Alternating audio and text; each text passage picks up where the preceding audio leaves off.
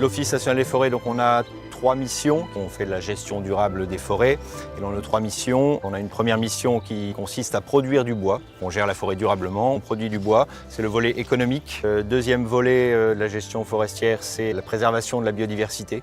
Donc ça, c'est un élément aussi, on est gestionnaire d'un écosystème et toutes nos actions se font en regard du milieu naturel dans lequel on évolue. Et voilà, on pourra redétailler un petit peu après au fur et à mesure de la visite. Puis le troisième volet de nos actions, c'est l'accueil du public, puisque donc l'État propriétaire a décidé d'ouvrir ces forêts au public. Donc vous avez vu des équipements type parking, des tables bancs, un kiosque, etc.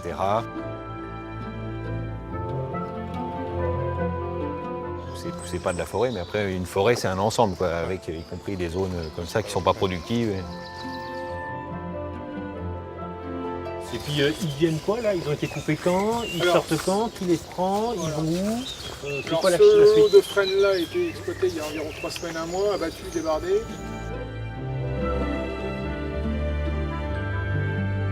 La certification, elle n'est pas au niveau de la forêt, elle est au niveau d'une parcelle, elle est... Non, elle est au niveau de la forêt. Mais vous pouvez avoir un dépôt.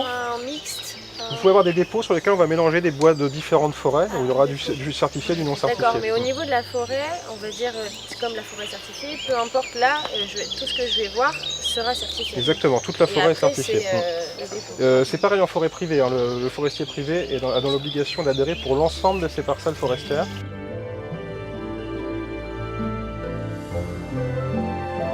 Je suis Delphine Huvetot, je suis chef de projet RSE chez Leroy Merlin France depuis 5 ans.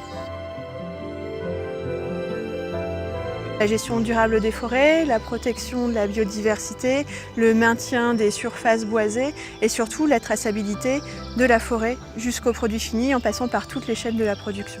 Bonjour, je m'appelle Adeline Cruz, je suis responsable affaires réglementaires et RSE sur la partie fournisseurs et produits au sein du département qualité d'ADO.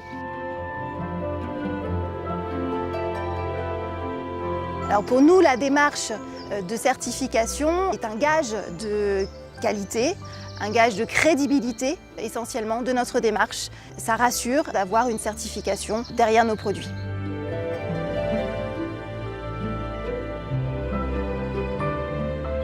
Alors nous communiquons la certification auprès de nos acheteurs et de nos collaborateurs à travers des formations ou à travers nos politiques d'achat responsable. Et pour les clients, je dirais que ce qui les importe surtout, c'est de s'assurer que les produits qu'ils achètent ne contribuent pas à la déforestation et que derrière un label, on peut retrouver justement la gestion durable des forêts et la traçabilité. Pour conclure, je dirais que cette journée passée avec PEFC a été vraiment très instructive. Ça nous a permis vraiment de se rendre compte de la réalité terrain derrière ce que peut être une certification plutôt théorique. Donc là, c'était vraiment une expérience très intéressante. Merci PEFC.